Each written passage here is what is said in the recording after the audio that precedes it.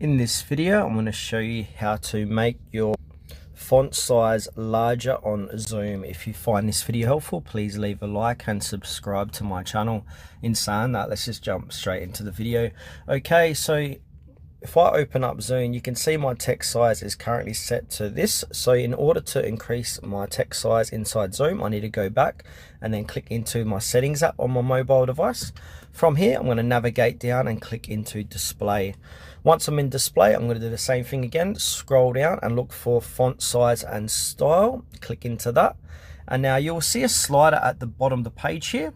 So it will say font size. If we move this slider left to right, left to make it smaller, right to make it larger. So I'm going to keep it near the end, so all the way to the right.